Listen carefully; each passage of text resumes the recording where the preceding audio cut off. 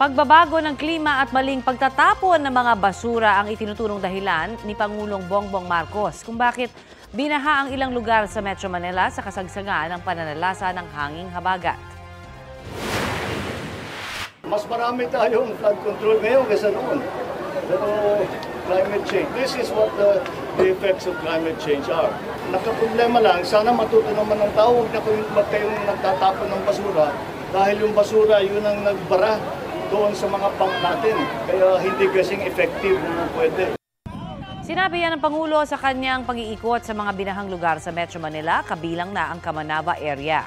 Sa Valenzuela, sumalubong kay PBBM ang mga residenteng nagtitiis sa paglalakad sa baha. Sarado rin ang ilang negosyo roon dahil po sa baha. Pagdating sa evacuation center sa Barangay Malanday, hindi na bumaba ang Pangulo dahil mataas pa rin ang tubig. Nag-ikot din sa Navotas ang Pangulo. Inatasan niya ang MMDA at DPWH na maghanap ng kahit pansamantalang paraan para habang hindi pa tuluyang nakukumpuni ang nasirang floodgate.